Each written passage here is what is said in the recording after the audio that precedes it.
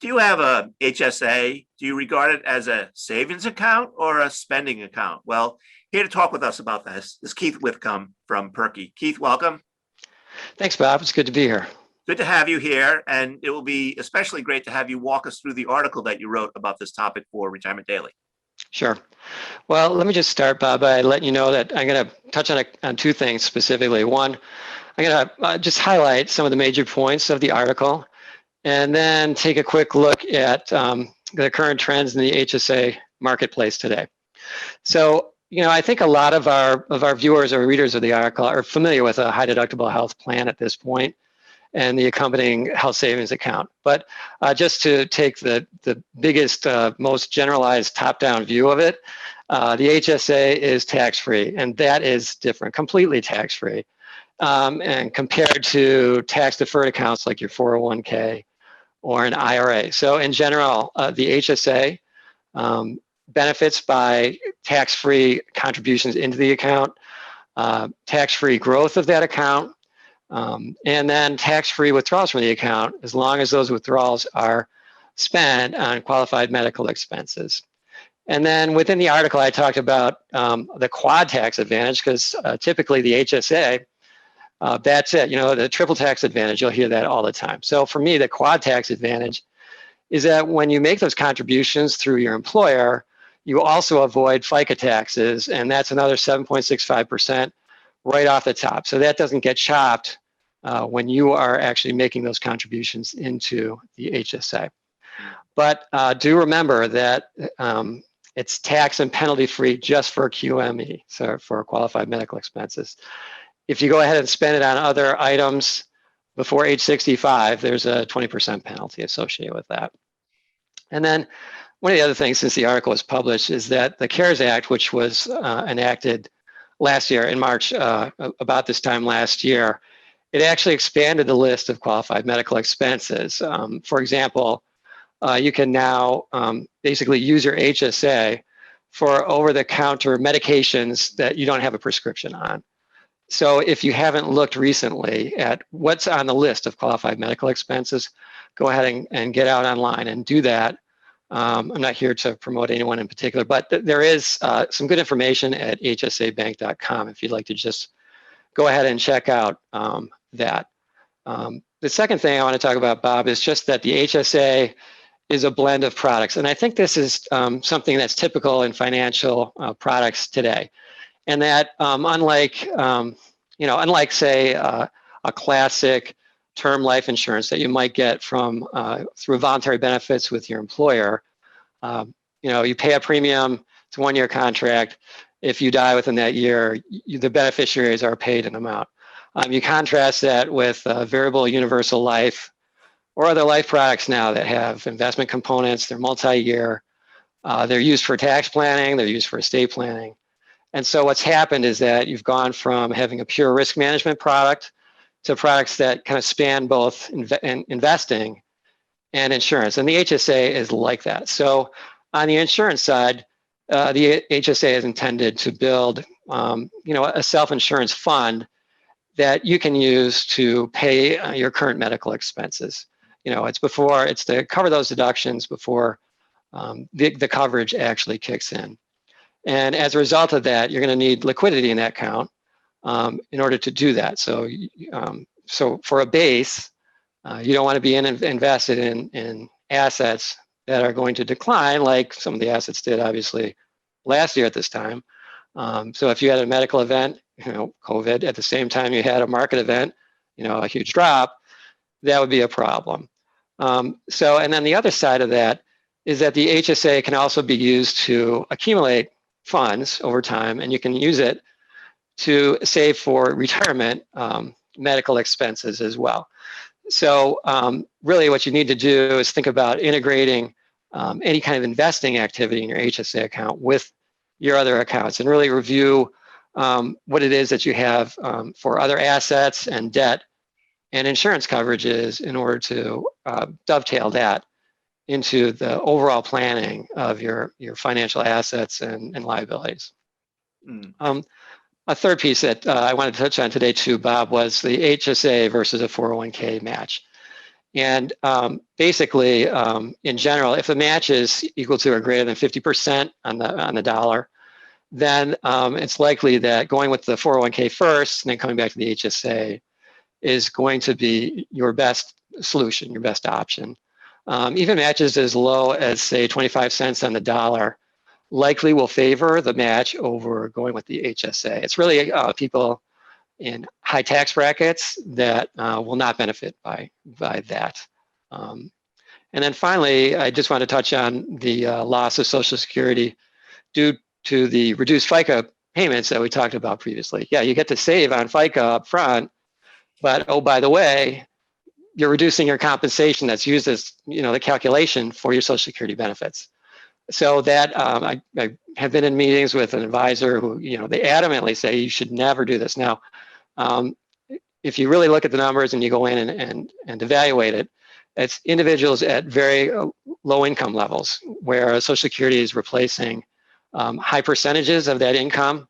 And so there actually is a link online, or excuse me, within the article that will take you to a Social Security website, and you can look for yourself and determine whether it makes sense for you. But once again, unless you're at a relatively low income level, the reduction of the FICA payments is not going to be significant for you.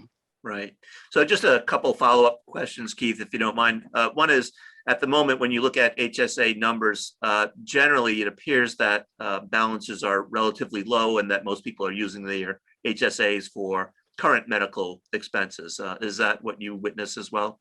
Well, that's a perfect segue to the rest of my remarks here, Bob. So thank you for that.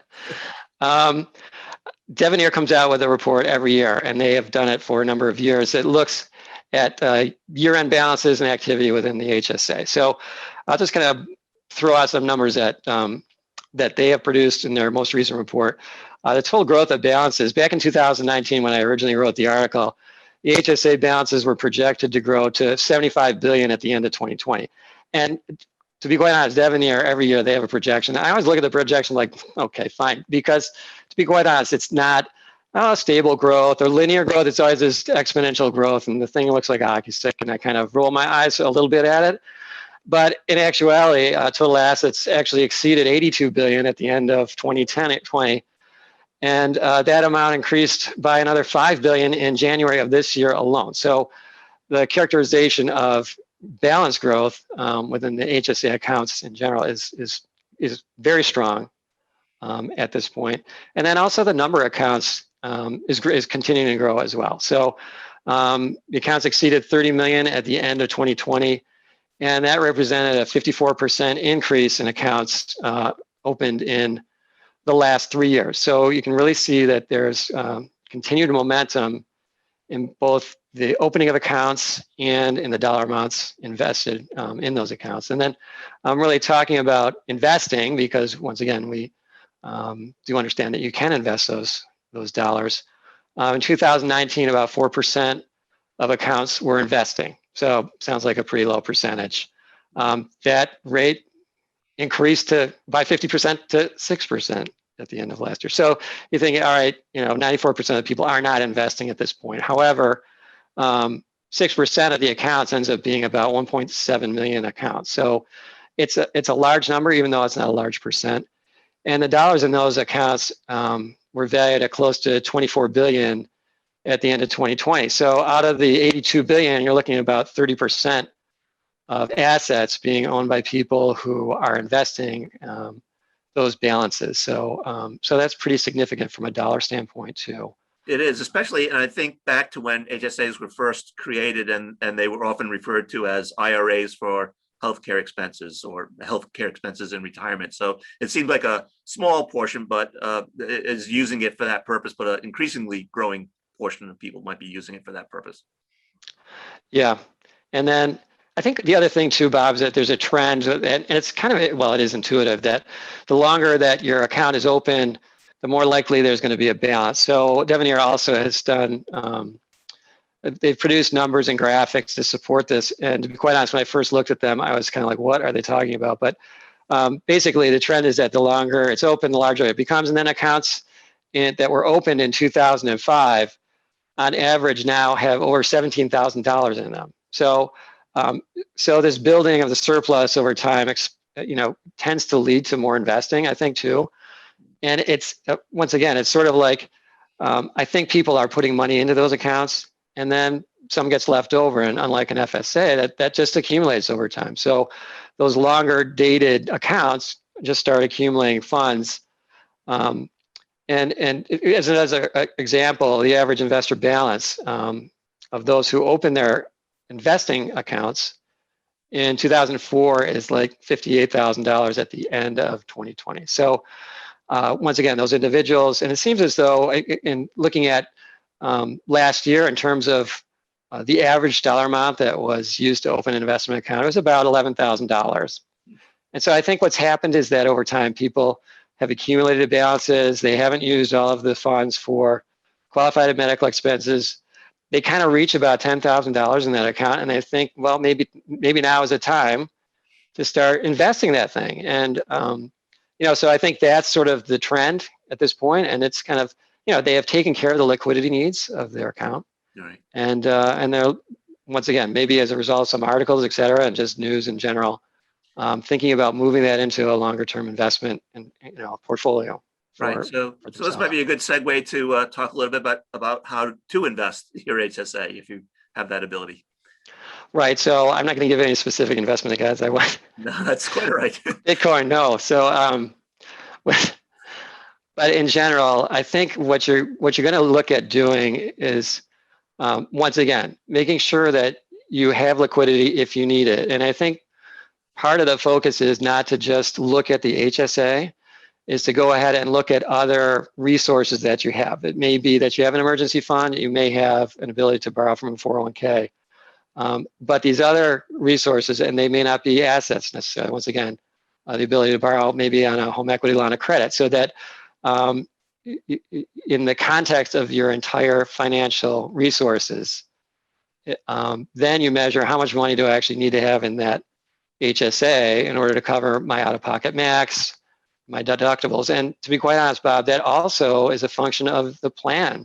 My plan has like a $13,000 out-of-pocket max. So that's a big nut, obviously. Now it is moderated by the fact that there's individual out-of-pocket maxes underneath there. So maybe it's $5,600 for me. And once I hit that, then I will get coverage, but on a family basis, it's still a large number. And I know originally we used to say that you would want like 2x of your out-of-pocket max, and 2x at $13,000 is a lot of money. And so it would kind of put the kibosh on investing. But and to be quite honest, we've modified that, and we had a number of discussions with all kinds of people about that too, because there was huge pushback on that. But the idea there was that your deductible is reset annually. If your plan is a January 1 plan, then anything that you've accumulated on the deductible for that year goes back, gets reset to zero, right?